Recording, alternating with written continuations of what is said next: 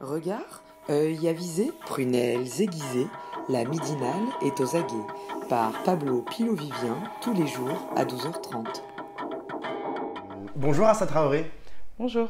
Merci d'avoir accepté notre invitation. Alors vous êtes porte-parole du comité Justice pour Adama et vous avez signé hier dans Le Monde une tribune avec d'autres artistes intellectuels et politiques pour appeler à réagir contre les violences policières, notamment en interdisant les flashballs et les grenades de désencerclement. Alors ça fait longtemps que vous menez ce combat contre les violences policières. Est-ce que vous diriez qu'actuellement le climat est en train de se tendre ?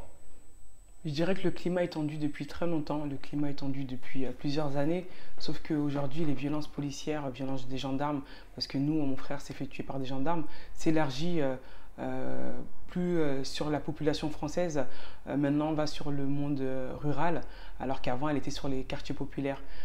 Ce qu'on subit aujourd'hui, ce que les gilets jaunes, ce que la France subit aujourd'hui, dans les quartiers populaires, ça fait très longtemps, ça fait des années. Et malheureusement, nos vies en dépendent. Mon frère en est mort. Donc oui, c'est détendu déjà. Et aujourd'hui, c'est tendu sur toute la France. Mais alors, la faute à qui ? À la culture de la police, à l'État en général, au ministère de l'Intérieur, au président de la République ? On est face à un système judiciaire répressif, face à un système d'État répressif. On a une machine de guerre en face de nous qui n'a ni état d'âme, ni sentiment, où tous les coups sont permis. Et ça a été construit sur plusieurs années. Et aujourd'hui, on en voit les répercussions. Aujourd'hui, l'État est responsable, le système est responsable de tout ça.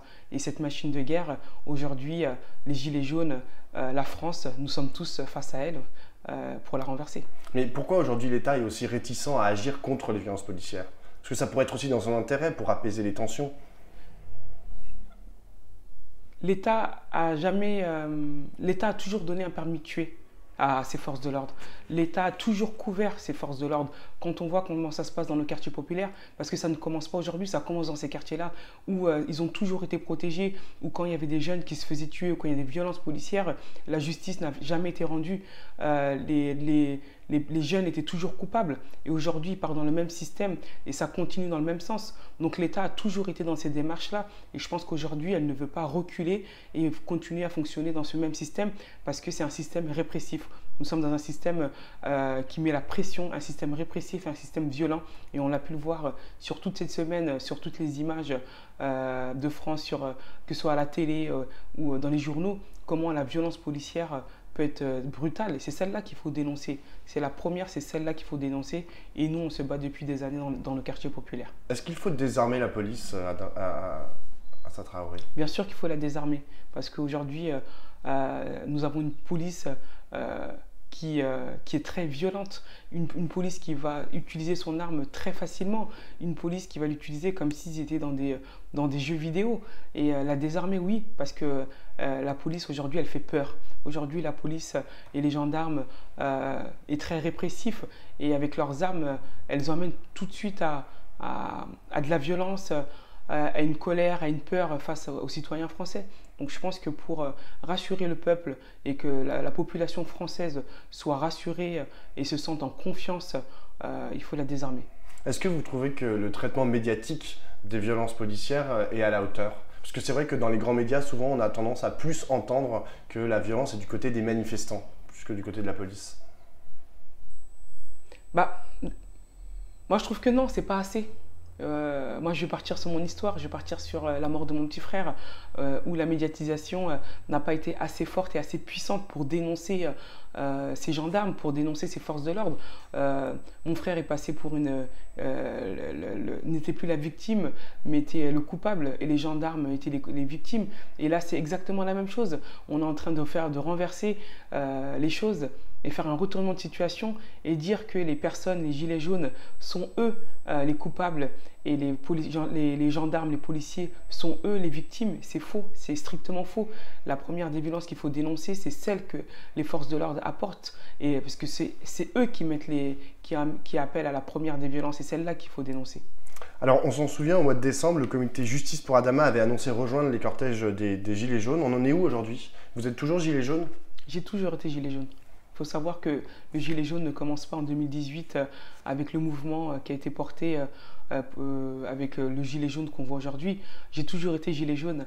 Les quartiers populaires ont toujours été gilets jaunes depuis des années, depuis plus de 30 ans. L'histoire ne commence pas là. Quand on recherche dans l'historique, on voit qu'il y a eu des mouvements, on voit que des personnes se sont battues pour défendre leurs droits. Qui peut mieux parler? Qui peut parler de la précarité, du logement, des violences policières dans les quartiers? Et ça, c'est des combats qu'on mène depuis longtemps, mais malheureusement, nous, nos vies en dépendent. Nos vies dépendent de tout ça. On meurt, mon frère meurt, et c'est des combats qu'on mène depuis très longtemps. Aujourd'hui, c'est un mouvement qui est porté plus largement sur toute la population française. Aujourd'hui, il faut s'allier. Aujourd'hui, il faut se donner, faut se tendre la main, il faut se donner la main et aller ensemble face à ce système-là, ce système répressif qu'on a nous depuis des années et qui existe aujourd'hui depuis peu, depuis les violences, les lois contre les violences de travail, aujourd'hui sur ce mouvement plus largement sur les gilets jaunes. Mais nous sommes tous des gilets jaunes et on a toujours été gilets jaunes parce que les revendications et les combats, on les mène depuis très longtemps, depuis bien avant Adama et sur des combats que les quartiers populaires ont pu mener.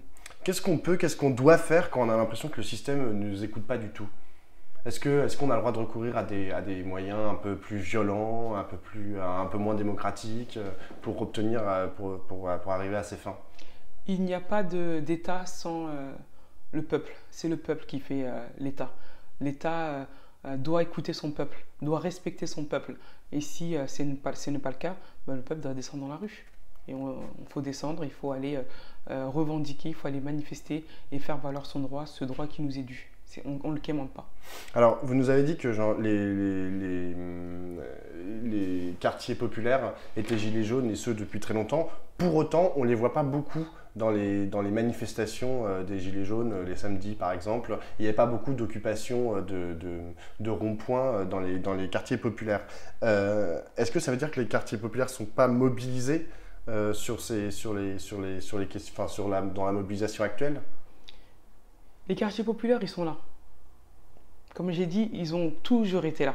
Ils ont toujours été là depuis des années. Et qu'ils soient présents ou pas présents sur les mouvements actuels, sur les gilets jaunes, ils se battent, eux, à l'intérieur du quartier parce que le combat, il se fait aussi à l'intérieur du quartier, aux abords du quartier où les systèmes, où les violences policières sont là. Donc, il y a un combat qui est déjà mené. Donc, c'est un combat qu'on relie et qu'on allie. Et aujourd'hui, ce combat, il doit être porté aussi dans l'autre sens. Les gilets jaunes doivent aussi...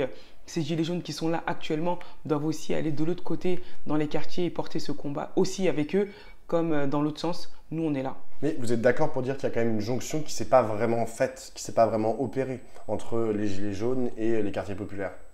Moi, j'ai pas envie de dire les gilets jaunes entre les quartiers populaires parce que les quartiers populaires sont aussi gilets jaunes. Voilà. Il n'y a pas les gilets jaunes et les quartiers populaires.